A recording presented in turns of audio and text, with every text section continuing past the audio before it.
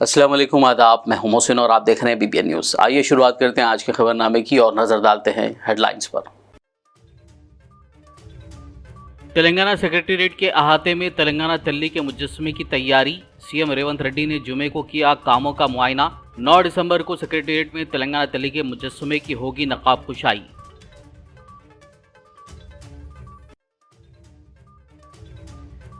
MLAs का BRS से कांग्रेस में शामिल होने का मामला। जुमे को तेलंगाना हाईकोर्ट ने सुनाया फैसला। कहा एमएलएस की नाअहली से मुताल्लिक फैसला असेंबली स्पीकर 10वें शेड्यूल के तहत मुनासिब वक्त में ले सकते हैं।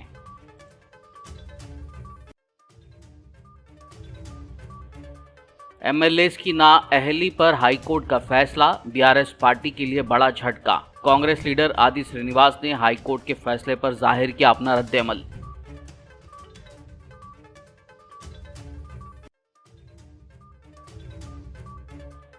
तेलंगाना हुकूमत अदानी के साथ किए गए तमाम मुआहदों को करे मनसूख। सीएम रेवंत रेड्डी से बीआरएस कारगुजार सदर केटीआर का मुतालबा।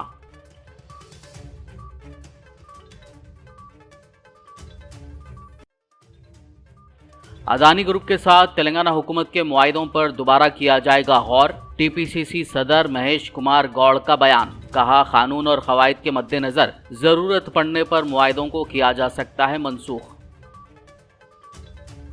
और अब खबरों की तफसील। तेलंगाना सेक्रेटेरिएट के अहाते में तेलंगाना तल्ली की मूर्ति की तनसीब के काम का आज जुमे को वज़ीर आला रेवंत रेड्डी ने मुआयना किया। इस मौके पर सीएम ने वहां काम करने वाले मजदूरों से बात करते हुए काम की पेशरफ्त और दीगर तफसीलात के बारे में दरियाफ्त किया। वाज़ेह हो कि 9 दिसंबर को वज़ीर आला रेवंत रेड्डी सेक्रेटेरिएट में तेलंगाना तल्ली के मुजस्समे की नकाब कुशाई अंजाम देंगे। तेलंगाना हाईकोर्ट ने आज जुमे को बीआरएस में रहते हुए इंतखाबात जीतने के बाद अपनी वफादारियां तब्दील करते हुए कांग्रेस में शामिल होने वाले एमएलएस की नाअहली की दरखास्त पर अहम फैसला सुनाया है। तेलंगाना हाईकोर्ट के चीफ जस्टिस की बेंच ने पार्टी से मुनहरिफ होने वाले एमएलएस की नाअहली की दरखास्तों पर शेड्यूल को हतमी शक्ल देने के लिए सिंगल जज के हुक्म को मुस्तरद कर दिया। बेंच ने सिफारिश की कि असेंबली स्पीकर 10वें शेड्यूल के तहत एंटी डिफेक्शन एक्ट और असेंबली की 5 साल मुद्दत को मद्देनज़र रखते हुए नाअहली की दरखास्तों पर फैसला करना चाहिए। ताहम बेंच ने वाज़ेह किया कि स्पीकर के लिए फ़ैसला लेने की कोई मखसूस टाइम फ्रेम नहीं है, वो मुनासिब वक्त में फ़ैसला ले सकते हैं। वाज़ेह हो कि बीआरएस से कांग्रेस में शामिल होने वाले अरकान असेंबली दानम नागेंदर, कड़ियम श्रीहरि, टी वेंकट राव के खिलाफ नाअहली की दरखास्त बीआरएस के रुकन असेंबली पी कौशिक रेड्डी ने दाखिल की थी, जिस पर आज जुमे को हाई कोर्ट ने फैसला सुना दिया।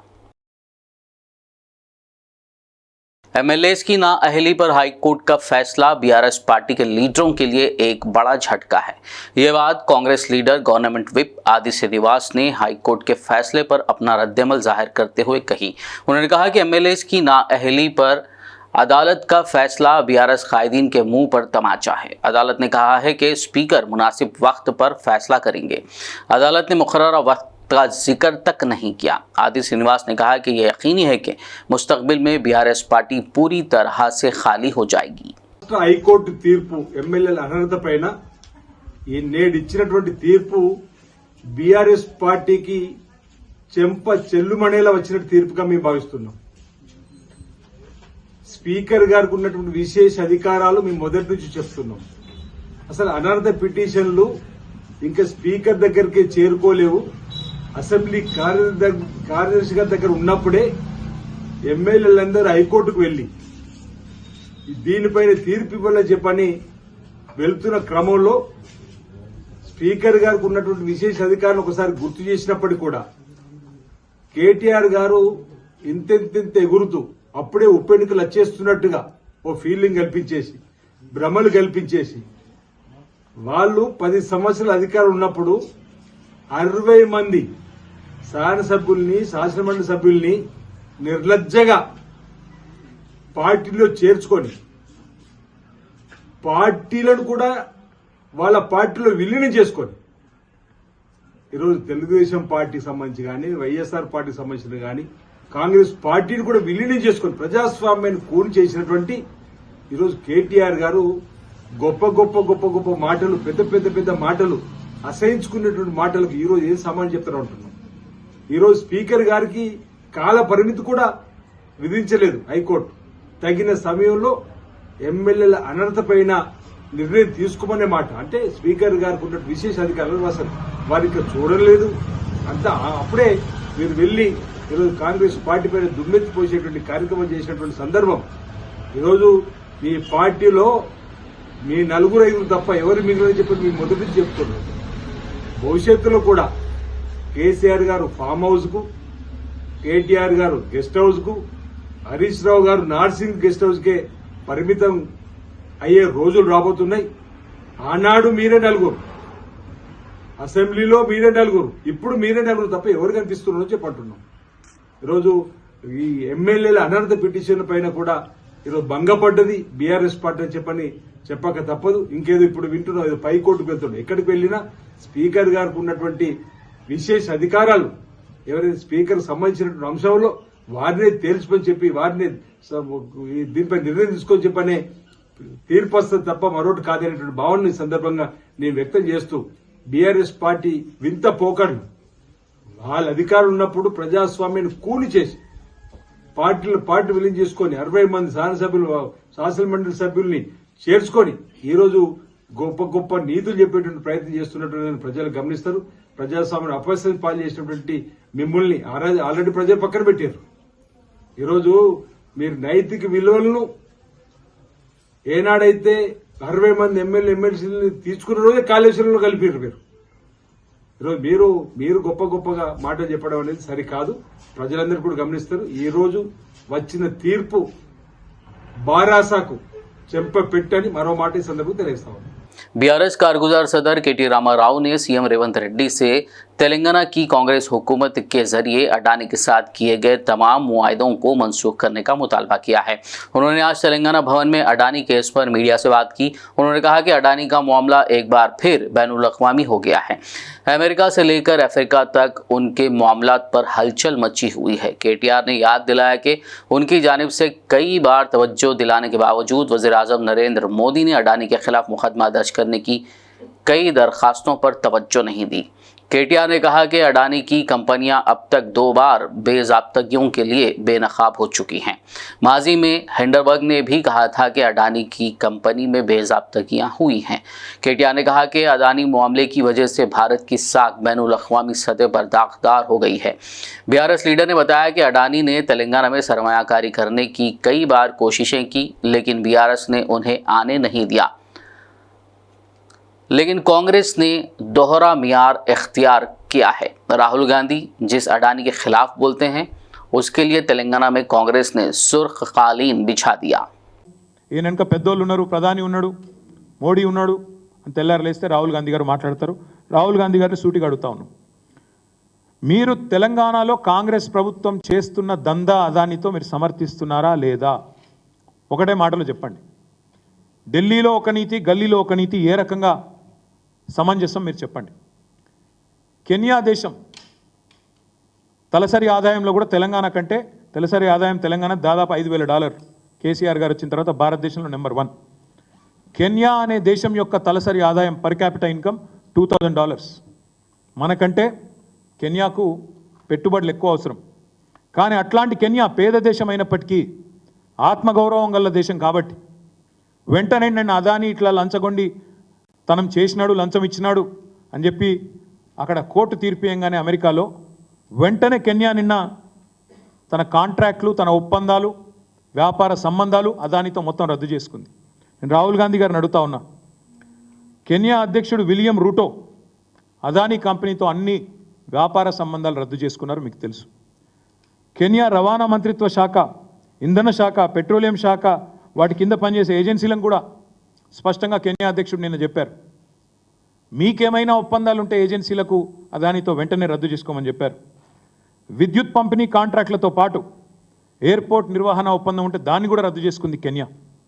మరి నేను రాహుల్ గాంధీని అడుగుతా ఉన్నా, మరి మీ తెలంగాణ ప్రభుత్వం, మీ కాంగ్రెస్ ప్రభుత్వం, మీరు ఇంతమందికి శుద్ధులు చెప్తున్నారు దేశంలో. ఈరోజు అదాని దుర్మార్గుడు, అదాని అవినీతి పరుడు అని మాట్లాడుతున్నావు కదా, ఇంతవరకు నీ కాంగ్రెస్ ప్రభుత్వం తెలంగాణలో ఎందుకు అదానితో కుదిరిన ఎంఓయూలను రద్దు చేయడం లేదు? మీరే అన్నారు కదా, వ్యాపారవేత్తలు ఎవరు 30-40 కోట్లు ఉత్తగానే ఇయ్యరని. నీకింత నాకింత అని చెప్పి ప్రయోజనం ఆశించే ఇస్తారని మీరే చెప్పిండ్రు కదా. మరి ఎంత ఆశించి మీరు అదానితో 12,400 కోట్ల ఒప్పందాలు కుదుర్చుకున్నారు? వాటిని రద్దు చేసి మీ ముఖ్యమంత్రికి ఫోన్ చేసి ఆదేశం ఇచ్చి అదానితో ఉన్న ఎంఓయూలు రద్దు చేసుకోమని చెప్పరా?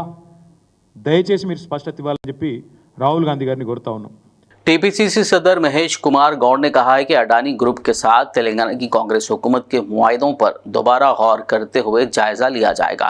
अगर वो मुआहदे कानूनी और कवायद के मुताबिक हैं तो आगे भी जारी रहेंगे, वरना मनसूख कर दिए जा सकते हैं. गांधी भवन में मीडिया से बात करते हुए टीपीसीसी सदर ने कहा कि 2014 में जब मरकज़ में नरेंद्र मोदी की हुकूमत इख्तिदार में आई, तब से मुल्क में अमीर और गरीब के बीच का फ़र्क बढ़ता ही जा रहा है. अमीर और अमीर जबकि गरीब और गरीब हो गया है. उन्होंने कहा कि यह हकीकत है कि अडानी ग्रुप के चेयरमैन गौतम अडानी ने चीफ मिनिस्टर रेवंत रेड्डी से मुलाकात की थी और स्किल्स यूनिवर्सिटी के लिए 100 करोड़ रुपए का चंदा दिया और वो रेवंत रेड्डी की जेब में नहीं गया. ये अजीम अवामी मकसद के लिए दिया गया चंदा था. उन्होंने मजीद कहा कि अगर बीआरएस वर्किंग प्रेसिडेंट केटीआर भी 50 से 100 करोड़ का अतिया देते हैं तो हम वो भी कबूल कर लेंगे. महेश कुमार गौड़ ने याद दिलाया कि राहुल गांधी ने कई बार मुतालबा किया कि अडानी ग्रुप की बेकायदगियों की मुकम्मल तहकीकात की जाए. कांग्रेस पार्टी ने मरकजी हुकूमत से अडानी ग्रुप की बेकायदगियों पर मुश्तरका पार्लिमानी कमेटी तश्कील देने का भी मुतालबा किया. टीपीसीसी सदर ने कहा कि जेपीसी की तश्कील और उसकी रिपोर्ट आम होने के बाद अडानी को जेल भेज दिया जाएगा और वज़ीर-ए-आज़म नरेंद्र मोदी को इस्तीफा देना पड़ेगा. ఈ దేశంలో ప్రధానమంత్రిగా మోడీ 2014లో అధికారం చేపట్టిన తర్వాత రాహుల్ గాంధీ గారు పలుమార్లు ప్రజలకిచ్చిన సందేశంలో ఈ దేశంలో ధనికుడికి బీదవాడికి వ్యత్యాసం పెరిగిపోతా ఉంది. అదానీ అంబానీ లాంటి బడా వ్యాపారస్తులని ప్రభుత్వం పెంచి పోషిస్తూ ఉంది. తద్వారా ప్రజల సంపద ఈ పెత్తందారుల గుప్పిట్లోకి బదలాయిస్తూ ఉన్నారు. బీదవాడికి ఈ చర్యల వల్ల అధిక భారం పడి బీదవాడు ఇంకా బీదవాడిగా మారిపోతూ ఉన్నాడంట ఒక మాట చాలా సందర్భాల్లో పత్రికల వాళ్ళు చెప్పడం జరిగింది. ఇవాళ కొత్తగా ఈ వాస్తవం చెబుతూనే ప్రధానమంత్రి గారు అదానికి అంబానీకి చాలా సందర్భాల్లో వెసులుబాటు కలుగజేస్తూ ఉన్నాడు. తద్వారా వారు ఊహించని విధంగా అనుయంగా వారి సంపద పెరిగిపోతూ ఉంది అనే మాట చెప్తూ గతంలో మన దేశంలో ఉన్నటువంటి సెబీ చైర్మన్ మాధవి బుచ్ గారి యొక్క పక్షపాత వైఖరి వల్ల ఏమీ చేయలేకపోతా ఉన్నారు. దానికోసం జాయింట్ పార్లమెంటరీ కమిటీ ద్వారా దీని మీద ఎంక్వైరీ చేయించాలి, వాస్తవాలు బయటకు తీసుకురావాలి, అదానిని అరెస్ట్ చేయాలంటే మాట చాలా సందర్భాలు చెప్పారు. మోడీ ఇవన్నీ కూడా పెడిచోని పెట్టినాడు. కారణం ఏంటంటే ఒకసారి జేపీసీ కాన్స్టిట్యూట్ చేయబడి నిష్పక్షపాతంగా ఎంక్వైరీ జరిగితే మోడీ గారు ప్రధానమంత్రిగా పదవి బాధ్యతలను తప్పుకోవాల్సిన పరిస్థితి వస్తుంది. దీంట్లో బాహటంగా మోడీ యొక్క పాత్ర వల్లే అదానీ ఈ దురాఘాతకాలకు పాడిపోతున్నారని వాస్తవం. నిన్న సెబీకి సమాన సంపత్తి కలిగినటువంటి సంస్థలాగానే అమెరికాలో సెక్యూరిటీ ఎక్స్చేంజ్ కమిషన్ బాహటంగా అదానీ యొక్క కుంభకాన్ని బయటపెట్టడం జరిగింది. అందులోనూ మన దేశంలో 4 రాష్ట్రాల్లో ఆంధ్రప్రదేశ్, తమిళనాడు తదితర రాష్ట్రాల్లో దాదాపు 2,000 కోట్ల ముడుపులు ప్రభుత్వంలో ఉన్నటువంటి పెద్దలకి అధికారులకి ముట్ట చెప్పినారు. తద్వారా 16,000 కోట్లకు పైగా లబ్ధి పొందినారన్నట్టు మాట ఇవాళ సెక్యూరిటీ ఎక్స్చేంజ్ కమిషన్ చెప్తా ఉంది. చాలాసార్లు రాహుల్ గాంధీ గారు ఎన్ని మార్లు గొగ్గోలు పెట్టుకున్నా మాధవి బుచ్ కానీ ప్రధానమంత్రి కానీ ఎక్కడ స్పందించలేదు. అదానీ యొక్క ఆగడాలు అన్ని రంగాల్లో పునరాలోచిస్తాము, డెఫినెట్గా సమీక్షిస్తాము. డెఫినెట్గా మా ప్రభుత్వం చేసినట్టు ఒప్పందాలు కూడా చట్టరీత్యా ఉంటే ముందుకు సాగుతాయి. ఇప్పుడు 45,000 కోట్ల ఒప్పందాలు చేసుకున్నాం, ఒక అదానితోనే కాదు కదా. దావోస్లో దాదాపు 45 నుంచి 50,000 కోట్ల రూపాయల మేరకు ఒప్పందాలు జరిగాయి వివిధ కంపెనీలతో. ఇవన్నీ చట్టరీత్యా ఉన్నాయి, ముందుకు పోతాయి. చట్టంలో లోబడి లేకుండా బయటకు వెళ్ళిపోతాయి. रियासती वजीर सेहत व ख़ानदानी बहबूद दामोदर राज नरसिम्हा ने आज फूड सेफ्टी से मुतालिक जायजा इजलास की सदारत की। इस मौके पर कमिश्नर आरवी कन्नर ने पावर पॉइंट प्रेजेंटेशन के जरिए रियासत भर में फूड सेफ्टी के हवाले से उठाए जाने वाले इक़दामात की वजाहत की। वजीर दामोदर राज नरसिम्हा ने खाने में मिलावट करने वालों के खिलाफ सख्त कार्रवाई करने का हुक्म दिया और फूड सेफ्टी से मुतालिक टास्क फोर्स को फूड सेफ्टी पर मुसलसल मुआयने करने की हिदायत दी। इसके अलावा वजीर सेहत ने तमाम सरकारी और निजी हॉस्टलों की मुसलसल निगरानी को यकीनी बनाने के इक़दामात की भी हिदायत दी। इस इजलास में स्टेट मेडिकल हेल्थ डिपार्टमेंट की secretary doctor Christina, TGMS IDC के MD Hemant, DME doctor Wani, रियासती Vaidya Vidhan Parishad commissioner doctor Ajay, IPM director doctor Shivleela और दीगर मौजूद थे। इसी तरह वजीर सेहत दामोदर राज नरसिम्हा ने सेक्रेटेरिएट में सेंट्रल मेडिकल स्टोर्स को मजबूत बनाने के सिलसिले में भी एक आला सतही इजलास मुनक्किद किया। इस मौके पर उन्होंने सेहत की सहूलियात की कारकर्दगी पर टास्क फोर्स के जरिए फील्ड सतह पर जांचे गए मुख्तलिफ पहलुओं का जायजा लिया। वजीर सेहत ने मुतालिका अजला के मेडिकल और महकमे सेहत के हुक्काम को हिदायत की कि सरकारी अस्पतालों में मसनूई अद्वियात की किल्लत के खिलाफ कार्रवाई करें। वजीर ने कहा कि सेंट्रल मेडिकल स्टोर्स में अद्वियात की फरहमी के लिए फार्मेसी के अमले, इंफ्रास्ट्रक्चर और ट्रांसपोर्ट गाड़ियां फराहम करने के लिए इक़दाम किए जाएं। दामोदर राज नरसिम्हा ने फार्मासिस्ट को हिदायत दी कि वो सरकारी अस्पतालों में जिम्मेदारी से काम करें। खबरनामे में फिलहाल लेंगे एक ब्रेक, मुलाकात होगी इस छोटे से ब्रेक के बाद।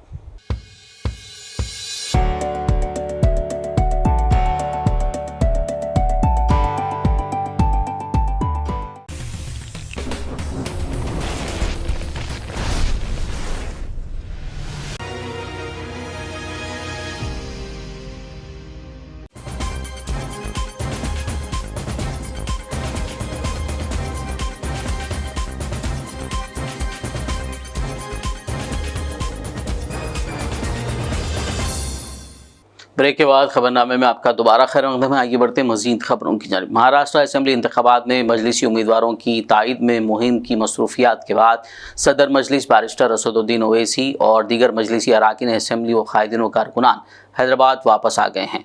सदर मजलिस बारिस्टर असदुद्दीन ओवैसी ने आज जुमे की नमाज याकुतपुरा की मस्जिद हाजी लाल मोहम्मद में अदा की। इस मौके पर उन्होंने महाराष्ट्र में मजलिसी उम्मीदवारों की कामयाबी के लिए दुआ की। वाद-ए-आज़म मुसलमानों से मुलाकात करते हुए मसाइल दरियाफ्त किए और मसाइल की यकसुई का तयक़ुन दिया। महाराष्ट्र, झारखंड और उत्तर प्रदेश ज़िमनी इंतखाबात में मजलिस की कामयाबी के लिए आज बाद नमाज जुमा शहर हैदराबाद की तारीख़ी मक्का मस्जिद में खुसूसी दुआ की गई। हाफिज़ मोहम्मद रिजवान कुरैशी ने खुसूसी दुआ की। इस मौके पर मौलाना सैयद महमूद पाशा खादरी, मजलिस के जनरल सेक्रेटरी सैयद अहमद पाशा, साबिक़ MLA Mumtaz Ahmed Khan, Char Minar MLA Mir Zulfiqar Ali, corporator Syed Sohail Khadri और साहिल अकबर के अलावा आवाम की कसीर तादाद मौजूद थी।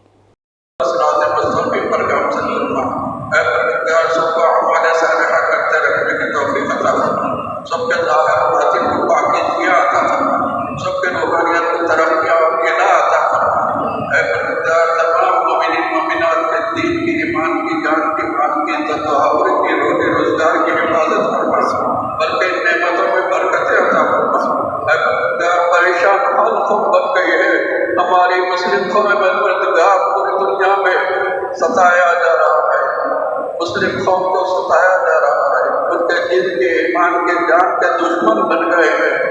इतने ज़्यादा दुश्मन हो गए हैं परवरदिगार के दुश्मनों को मग़फ़ूर फरमा दे, उनको दुनिया से नेस्तनाबूद फरमा दे, इनको सफ़े हस्ती से मिटा दे। मुसलमानों को दीगर अक़वाम पर गलबा इनायत फरमा, दीन इस्लाम को दीगर अदियान पर गलबा इनायत फरमा। हैदराबाद में फार्म लैंड में सरमायाकारी और सस्ते मकानात की तामीर के नाम पर एक बहुत बड़ा रियल इस्टेट घोटाला मंजर-ए-आम पर आया है। तफसीलात के मुताबिक अपने ख्वाबों का घर बनाने के लिए तिनका जोड़कर जिन लोगों ने एक रियल इस्टेट फर्म के वादों पर भरोसा करते हुए सरमायाकारी की, को उस वक्त सख्त सदमे से दो चार होना पड़ा जब उन्हें मालूम हुआ कि रियल एस्टेट फर्म ने मकानात बनाने का वादा पूरा नहीं किया। नाराज और मायूस सरमायाकारों ने पुलिस में इस मामले की शिकायत करते हुए इंसाफ का मुतालबा किया और अपनी मेहनत की कमाई वापस हासिल होने की उम्मीद में बशीरबाग में वाक़े CCS दफ्तर के रूबरू एहतजाज दर्ज करवाया। मुतासरीन ने RJ वेंचर्स नामी फर्म पर भरोसा करते हुए सरमायाकारी की थी। तकरीबन 600 लोगों को इस फर्म से तकरीबन 150 करोड़ की धोखाधड़ी का सामना है। RJ ventures real estate firm ने नारायण खेड़, खटकेसर, पठानचेरू, करतानूर इलाकों में अपार्टमेंट्स और फार्म लैंड के नाम पर रकम इकट्ठा की थी।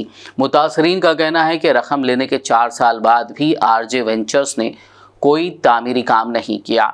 4 साल बाद जब कस्टमर्स ने अपने पैसे वापस पूछे तो कंपनी के मैनेजर्स का उनके साथ गैर अखलाकी सलूक देखा गया। मुतासरीन ने पुलिस से इस मामले में मदद की अपील की है। ఇచ్చిన సొమ్ము సార్ అది.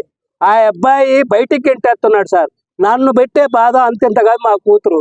నేను ఇంత బాధపడుతుంటే కూడా ఒక్కసారి వచ్చి మా అమ్మాయి నాకు ఇచ్చిన కట్నం కింద సొమ్ము నాకు ఇవ్వండి అని అంటే నువ్వు మర్యాదగా మాట్లాడు, ఎంతవరకు మాట్లాడాలి అంతవరకే మాట్లాడు, నువ్వు అంటవేందు నువ్వు అన్నదానికి నువ్వు మర్యాదగా మాట్లాడు, గెట్ అవుట్ అని సంబోధిస్తుంది సార్.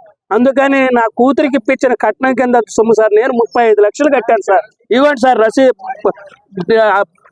ప్రతి ఒక్కటి కాగితాలతో సహా నేను పెట్టుకొని ఉన్నాను.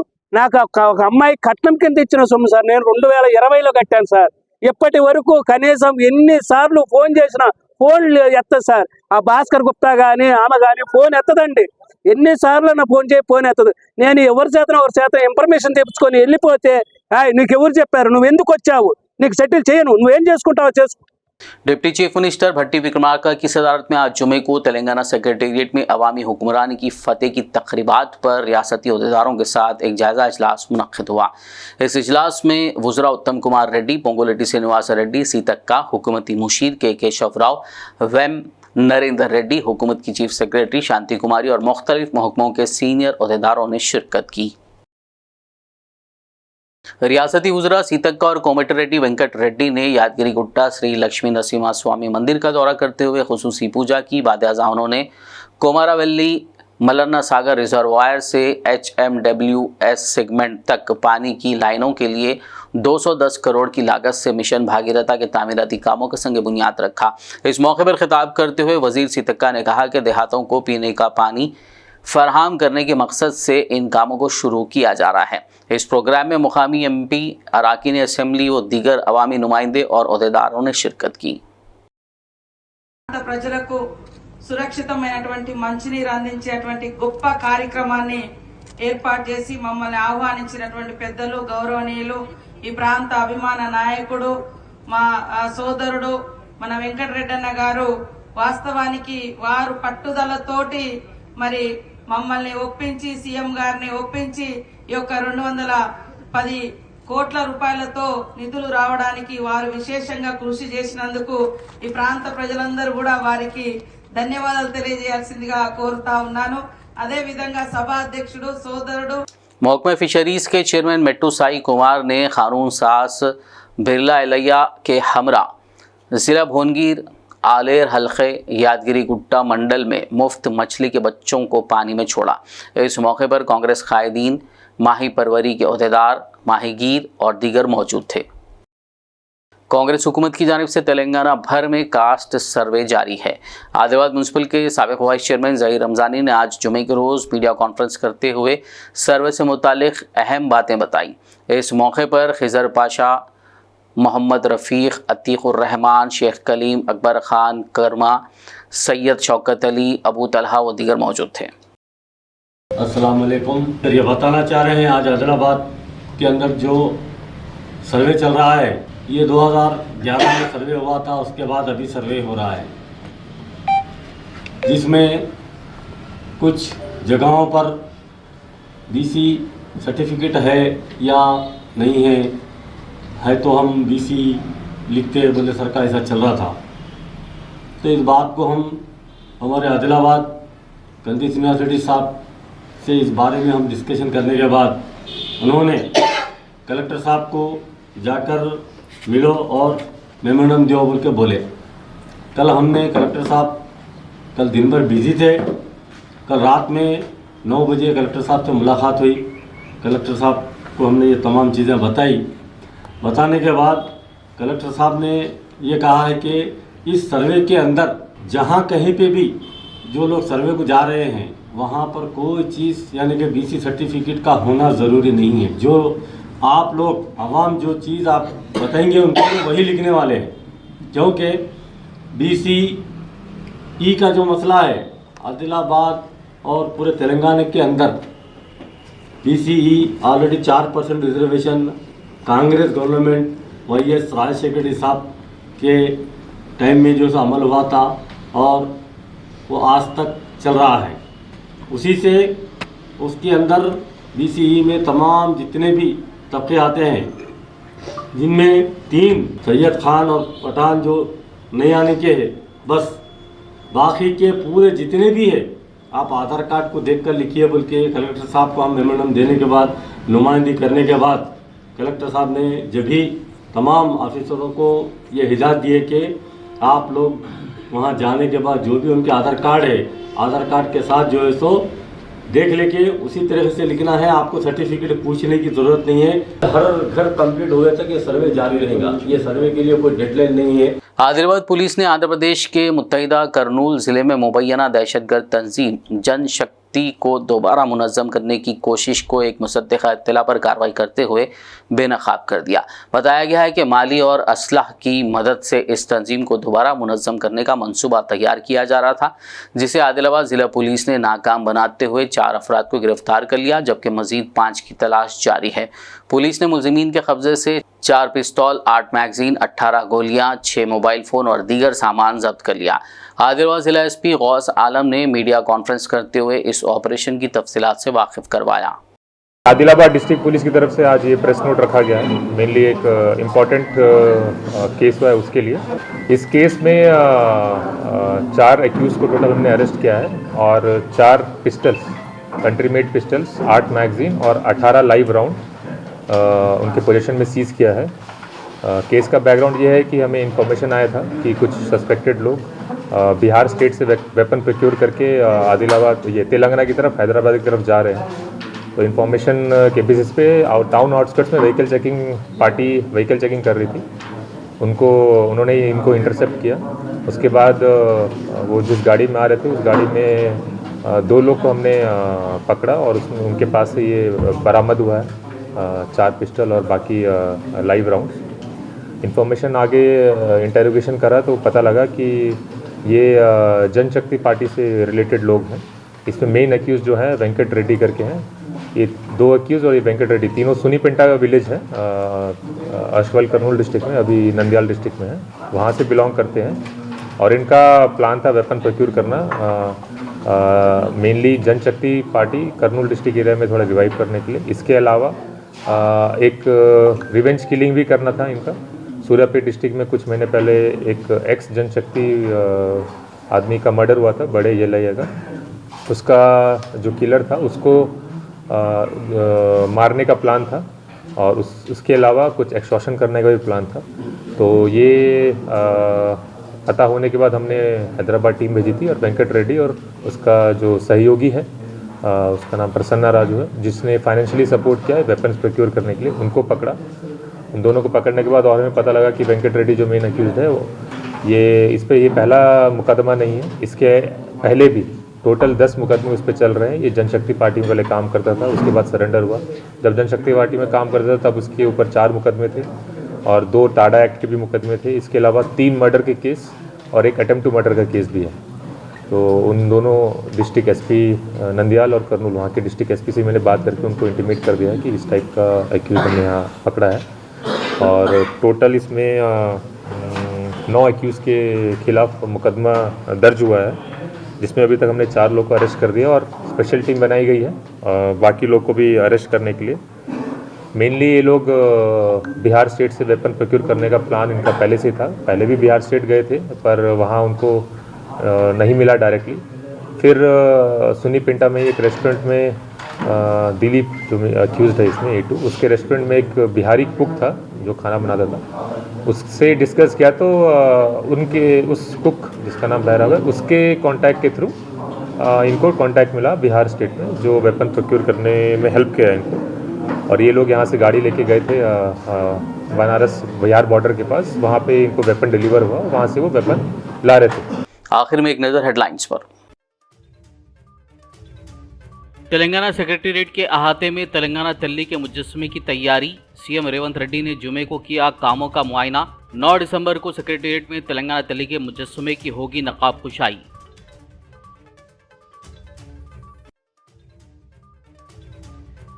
एमएलएस का बीआरएस से कांग्रेस में शामिल होने का मामला। जुमे को तेलंगाना हाईकोर्ट ने सुनाया फैसला। कहा एमएलएस की नाअहली से मुताल्लिक फैसला असेंबली स्पीकर 10वें शेड्यूल के तहत मुनासिब वक्त में ले सकते हैं।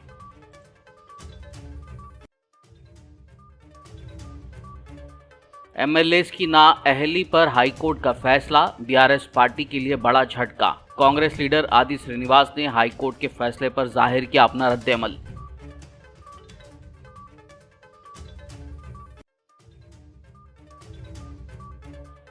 तेलंगाना हुकूमत अदानी के साथ किए गए तमाम मुआहदों को करे मनसूख। सीएम रेवंत रेड्डी से बीआरएस कारगुजार सदर केटीआर का मुतालबा।